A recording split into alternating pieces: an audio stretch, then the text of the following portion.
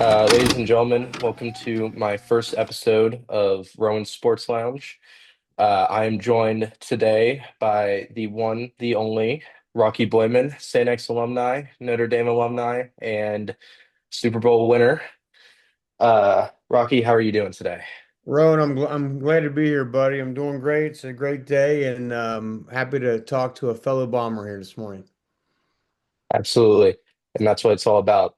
I got the first question for you, and this is about your career at Notre Dame and translating into the NFL. What did playing at Notre Dame teach you that actually prepared you for the NFL? Yeah, Notre Dame was first of all, it was my dream school. I wanted to go there when I was, in like third grade. I remember I told my eighth grade teacher that I was going to go to Notre Dame and play football and stuff, and he kind of was in a positive way challenged me to stay on that. So it was a great experience. It was tough. Notre Dame's a tough school. They I spent 8 years in NFL locker rooms, and guys would always talk about all the classes they didn't have to take. Well, I didn't have any of those stories, right? I had to go to every class and participate and all that. But as hard as it was, and I don't know if what amount of money it would take for me to go back and do my college schedule again, which is, you're up in the morning. You're lifting weights before school, then you're going to breakfast, then you're going to three classes, then you're going to lunch, then you're going to two classes, then you're going to football practice, then you're going to film, then you're getting the dining hall by 8, 9 p.m., and then you're going to study hall and you're getting back to your dorm about midnight and you do it over again, right? So, but again, I think that the challenge of Notre Dame and how much was required to excel and succeed there really made a man out of me, and really helped me later in my life for learning and knowing how to balance a lot of things and knowing how to grind when you have to, which everybody does in life. So at times maybe it wasn't the funnest experience, but it was a fantastic experience. Yeah, I'm a big Notre Dame fan myself. They're probably my favorite college football team as of right now. And I understand coming from, a couple of my friends. I have pretty uh, a pretty recent friend of mine who graduated the same year as me, now going to Notre Dame, playing football for them. His name is Corey Solstead. I know Gordy. He's Yep, yeah, he's great he's kid. a pretty nice dude, and you know what? He was definitely fit for that school, and I believe Kobe Clapper, who's also going to Yep. be graduating this year for San X, he's definitely going to be fitting that role at Notre Dame very well as well. Yeah, no Um, doubt. Both Gordy's a great kid. I talked to him a few times, talked to his dad, and I know he's kind of recovering from the injury he had senior year. But then Kobe is another fantastic young man. So yeah, I'm excited to see 2 years in a row got some Bomber football players heading to South Bend. Absolutely. And I just it blows my mind knowing the fact that we have so many players on each athletics team that can exceed at such a high level and can obviously play very well at the collegiate level as well. It's unbelievable, especially with a Yeah. school like ours. Um, but I'd say the second question going into the NFL and specifically draft night back in 2002 for you. What was the draft day experience like for you? It's fantastic. Well, first of all, Rowan, it was back in the Stone Ages. Right now, the draft's on Thursday, Friday, Saturday. Back then, it was on Saturday and Sunday. It started at noon on Saturday, and that was rounds 1 through 3, and rounds 4 through 7 were on Sunday, probably starting like at 11. And at the time, my parents were moving, and they were like renting this little tiny house in Ross, Ohio. And but I knew for draft day, I knew where I was going to go. Like, hopefully, I wasn't going to be a first rounder or second rounder or anything like that. But thought I'd go in the fourth round, and maybe sneak in the third, whatever. But either way, I wasn't going to New York or any of that sort of stuff. I just wanted to be with my family, my mom, my dad, my sister, who had been so integral in me even being in a position to have the chance to be drafted. So yeah, we watched the draft that morning there, and I remember my mom, who's the sweetest lady alive. She took like like one of these, like a yellow. notepad and wrote down every draft pick, what round, what pick, what college, and what team they went to, like every one of them down. So the first day goes by, rounds one through three, I didn't get drafted, which wasn't again was about what I thought would happen. But still, you get nervous, and you start to see guys go ahead, and you're like, well, hell, I'm better than that guy, right? That's only human nature. So then the fourth round happens, and then I see some other guys, other linebackers go ahead of me. I'm like, oh man. So we're starting to kind of, get a little tense and stuff. And then all of a sudden, I got it was a landline. Um, Grab the landline and I look at it and I remember it was a 615 area code, which at the time I didn't know, but it was Nashville, Tennessee, the Tennessee Titans.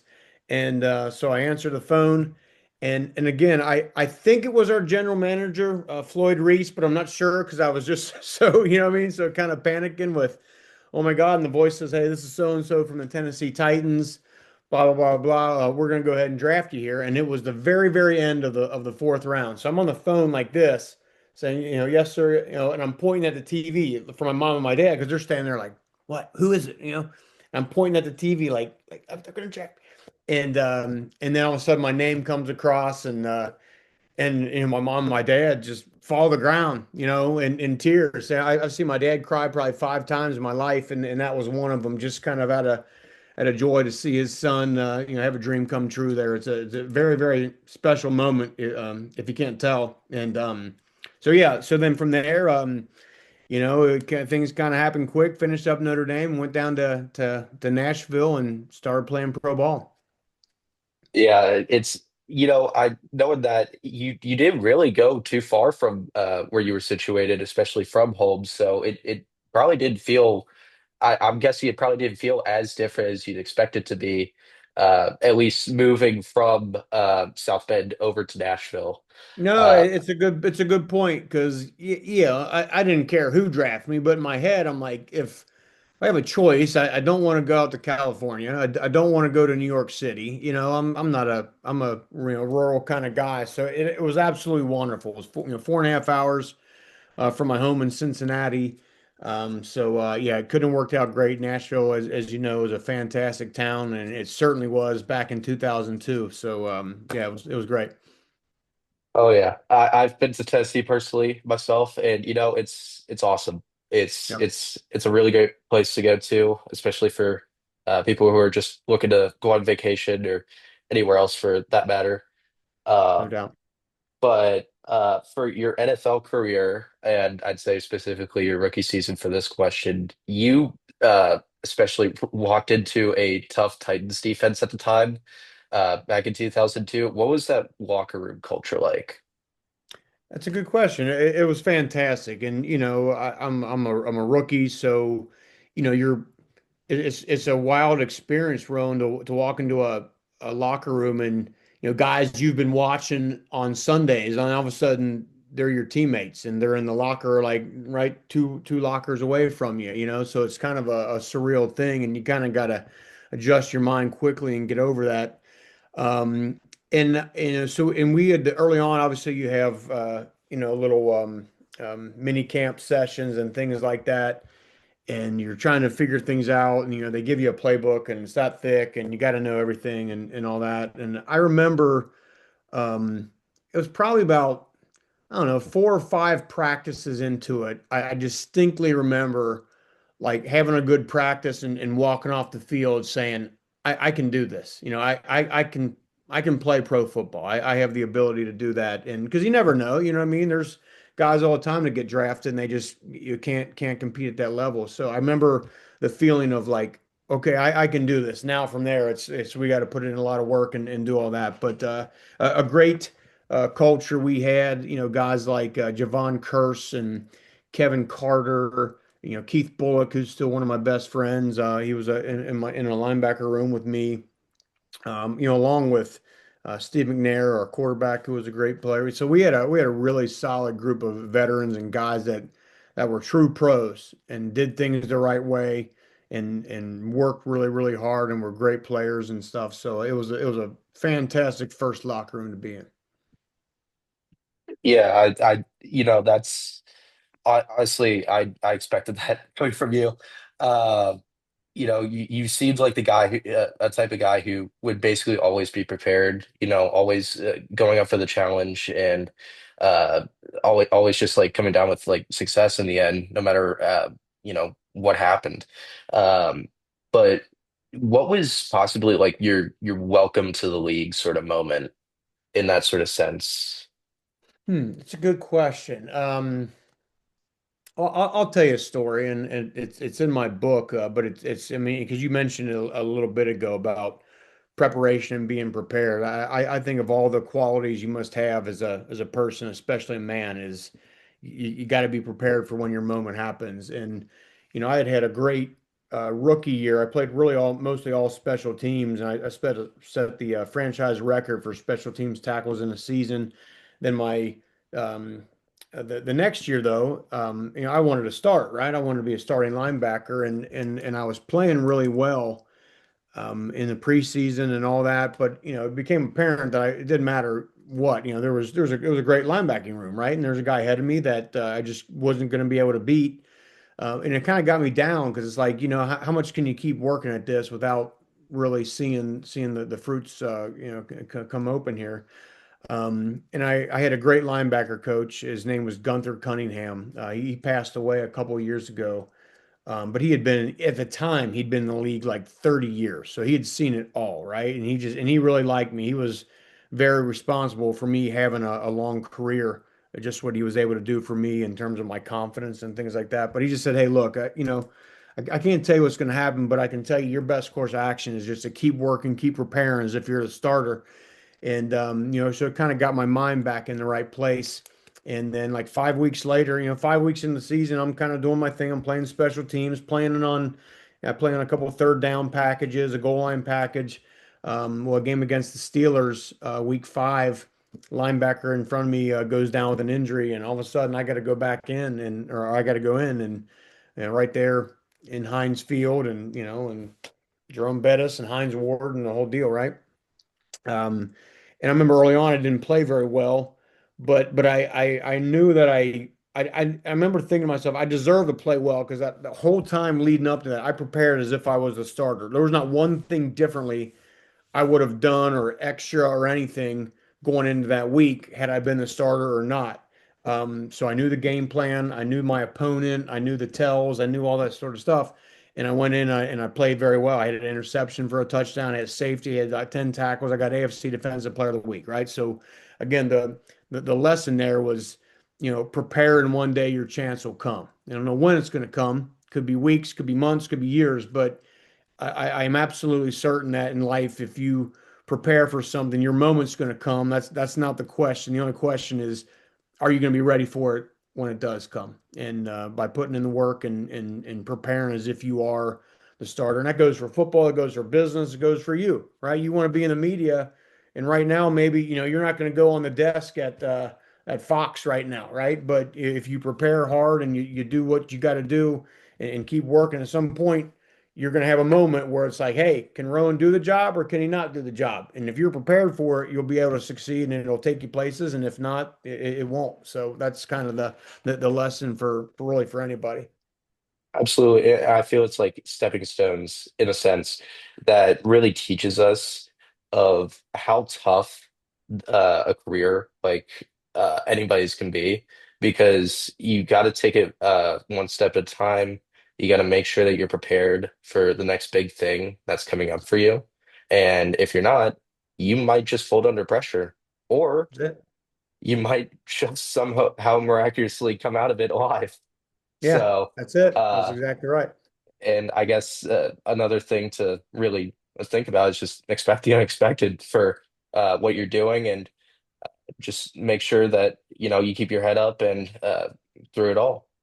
Yeah, Uh, that's it. That's all you can do. Because there's lots of pitfalls along the way. It doesn't matter what career it is. There's going to be the low moments, but at the end of what you call your career, when it comes to a close one day, if there wasn't any downsides or any hard moments, it wouldn't be a very good movie. You know what I mean? So you need some of those those bad things to happen in order for it to make a good story. So yeah. absolutely. Um, I'd want to move a little bit more towards your time with the Colts, since I'd say you got even closer to your hometown, Yep. especially with Cincinnati and all that sort of stuff. You were obviously a part of a Super Bowl run. What stood out the most from that year leading up to it? Well, first of all, it was the most insane year of my life because I had actually that off season, I'd played my 4 years with the Titans. I was a free agent. I actually signed with the Dallas Cowboys, and moved down there, buy a house in Coppell, Texas, the whole deal. Well, for a variety of reasons, I got injured in camp. I missed like a week and a half of camp with a broken thumb. And look, overall, I just didn't play good enough, right? So, long story short, last day of camp, I got cut. So, like, now what am I going to do, right? Well, I had three teams kind of call me later on that day, and one of them was the Colts, and at the time I was like, yeah, I just want to be back closer to home. And I'd played against Peyton Manning for 4 years. I was like, it might be fun to play on the same team as him. That might be pretty cool.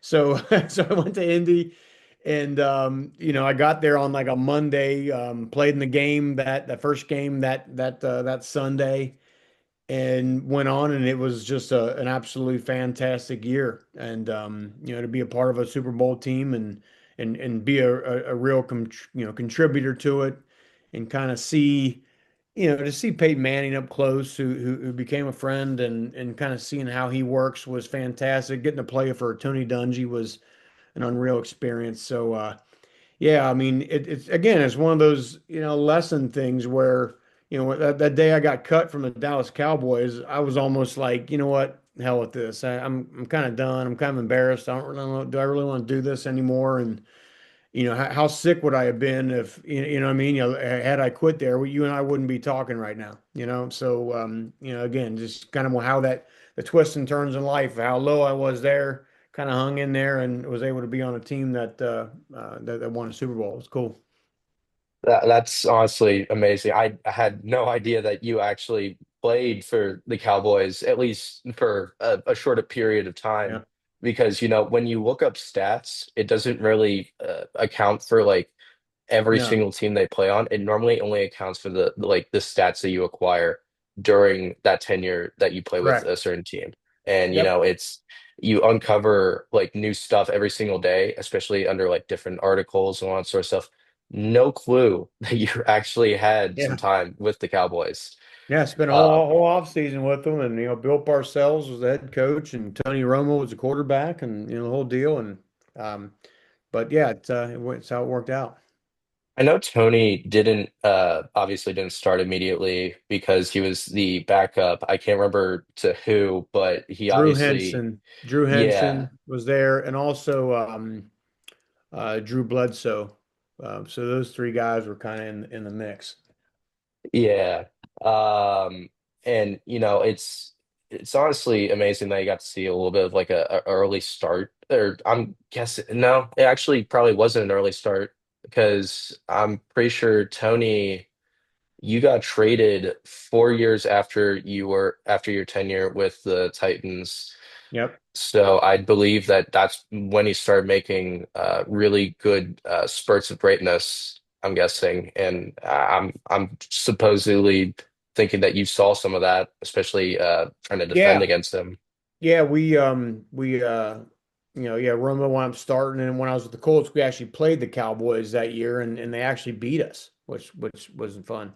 But yeah, that was also the year, if you remember this, in the playoffs. Remember where he muffed the hold on the extra point? Remember that? And I wound up losing them the game. Yeah, that was that Yeah, same year. Yeah. gosh, that's that's Wild. insane. Wild. Yeah.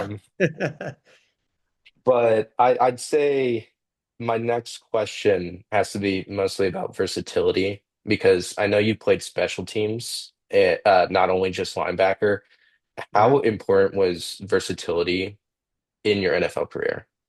Versatility is important in any career. It's actually the key to my career, or having a career in media right now, is being able to do a lot of things, and like on an NFL roster, there's only 53 guys on a roster, only 46 dress on game day. So you got to be able to, if you're not a Pro Bowl caliber linebacker or quarterback, you better, be able to contribute in multiple ways. And that's what enabled me to have again, I started, I played in, I think like 105 NFL games, started around 30 games. But I mean, for special teams, what allowed me to have an 8-year career. You got helped get me on the field early, but helped me kept me around, so I could, be on, I was a guy that, folks wanted on their roster because of what I could do on special teams. And then when I get my opportunity at linebacker, I was able to do some good things. So yeah, so versatility is important. It's the same thing in media now. I do a radio show, 3 to 6 Monday through Friday on 700 WLW, and I call college football games for ESPN. And even within both those two realms, I can do a lot. You know what I mean? And it's almost kind of a lesson I learned from being in the NFL of like, hey, be someone that has a little multiplicity to them, and can do a lot of things, because companies like folks that can take on a lot of roles. No matter what it is, they want to. If something pops up, they don't want to have a room full of people that can only do one thing. They need someone. Okay, this problem pops up. Well, let's give it to Rome, because we know no matter what, he'll find a way to get it done. That's kind of a way I think is a good lesson for life is, you want to specialize in things, but also to have some degree of versatility.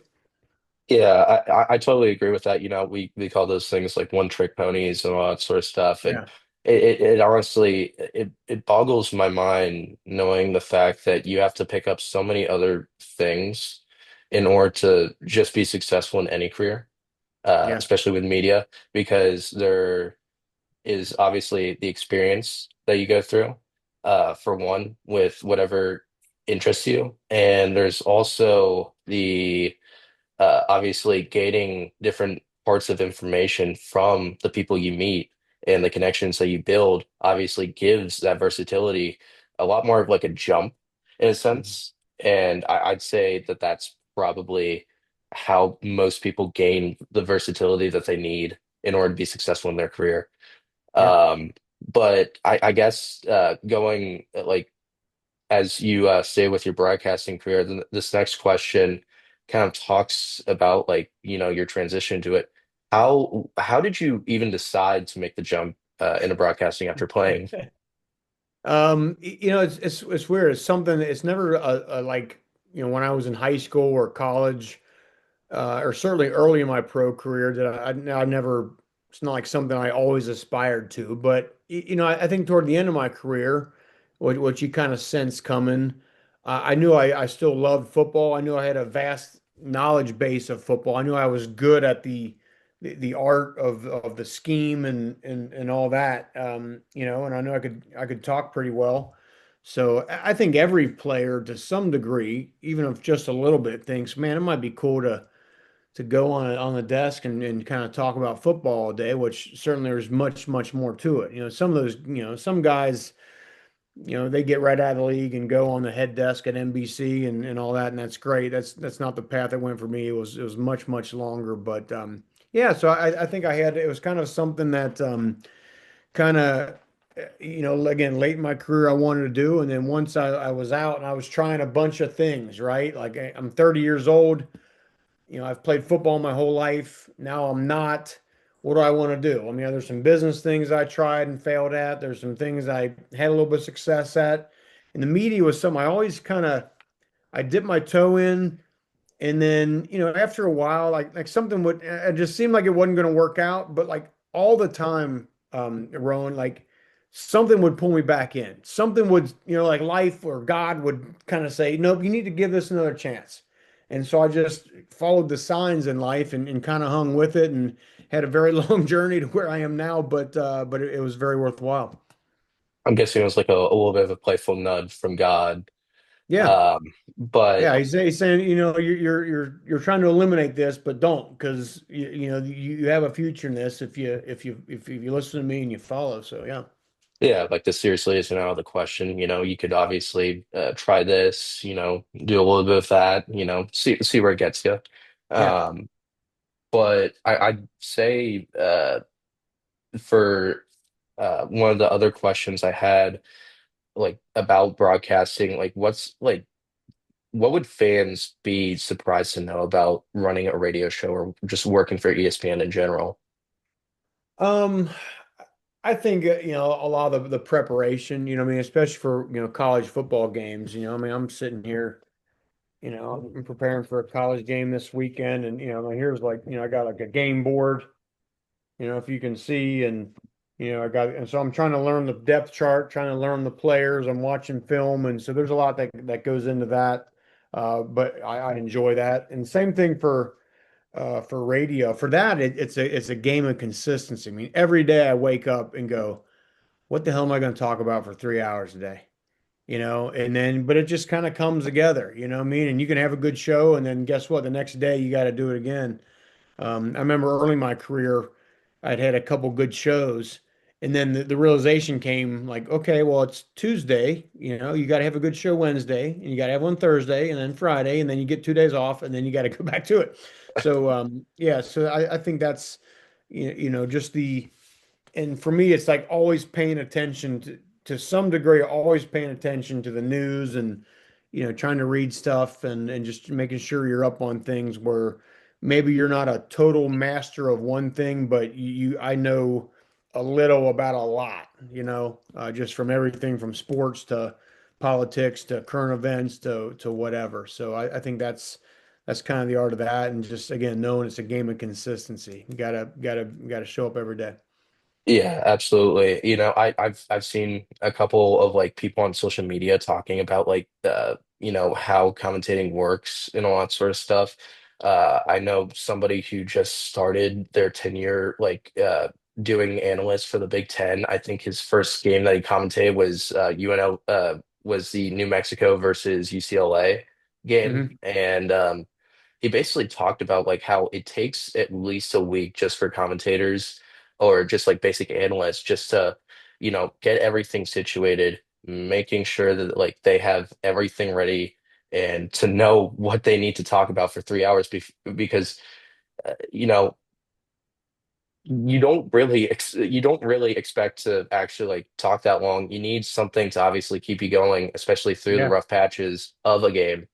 Um, Well, and for, especially if the hardest games are the ones that are blowouts, because then you better, I had a game last week that was a blowout. The team was getting, got beat by 30 points. So, the first half's over and you're like, God, we still got about an hour and a half for this. And, the game isn't really the ins and outs of that particular game aren't really what's important now. Now you're kind of in the storytelling mode, so you better have a bank of things to be able to go to. Well, one thing I did want to say, I think the other key to media, and this is for you, if if you want to get into this business, you absolutely got to know your subject matter, and you got to be an expert at what you're talking about, but the other thing you absolutely must have is you must be entertaining.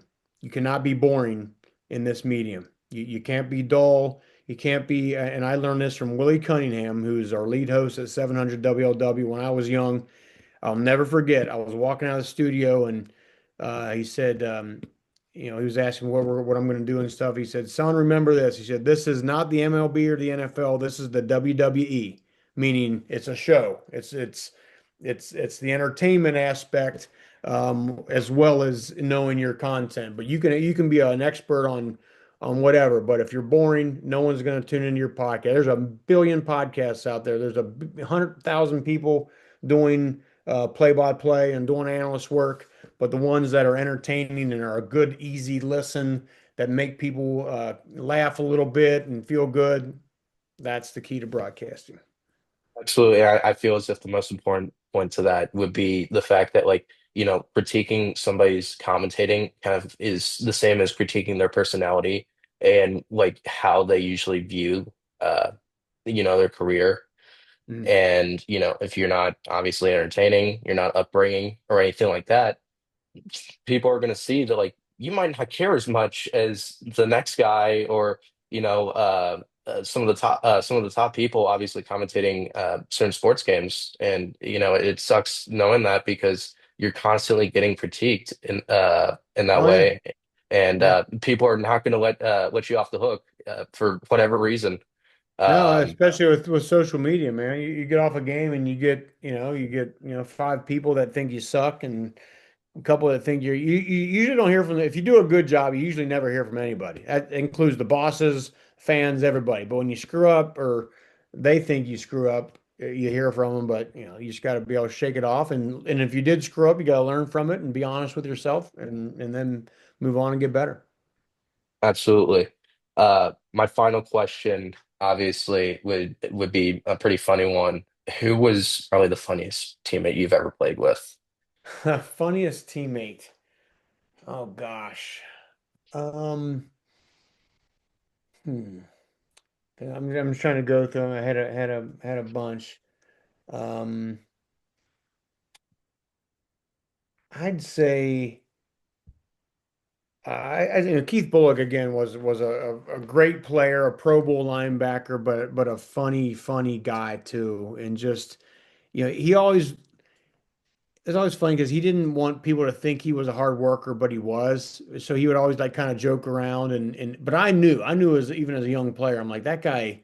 He really does work hard, but he just wanted to act like it just kind of came to him or whatever. So he was one of them.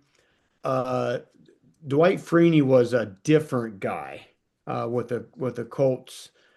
Just a different kind of personality. Great guy, but different personality.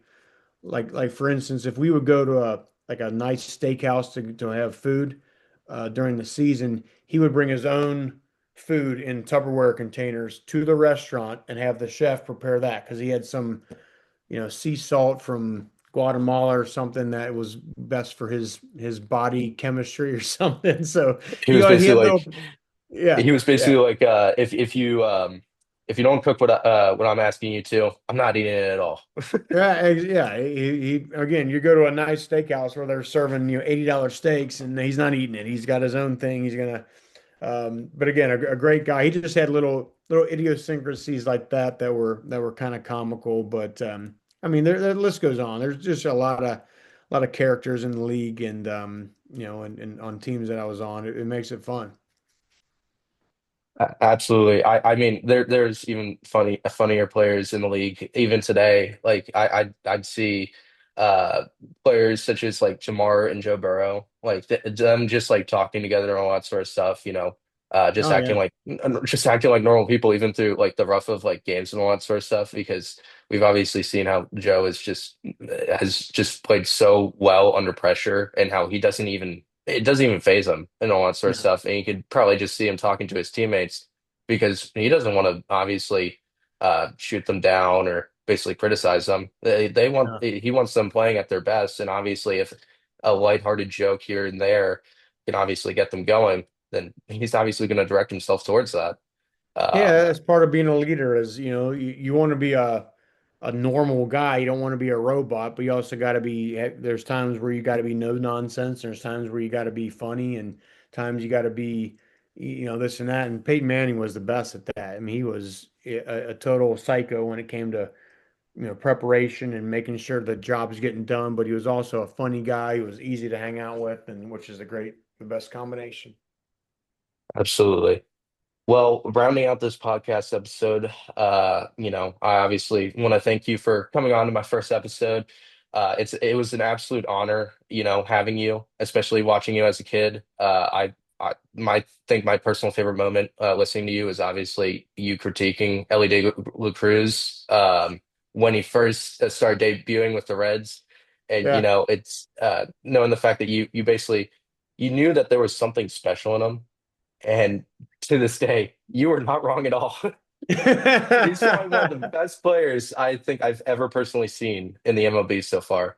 And Yeah. obviously there's some pretty big studs in that league, but Yeah. Ellie, he's on a whole different level when it comes to He being a is. I mean, shortstop. he's a in a way. It wasn't. It didn't take that much genius Rowan to say, man, that guy who's 6'5" and runs faster than anybody and has, has an amazing arm. He's going to be good. But yeah, it was fun to kind of see him early on. Yeah. Yeah, casually just putting up a cycle within his first 2 weeks in the league is Yeah. just and thinking it's just casual is just mind blowing.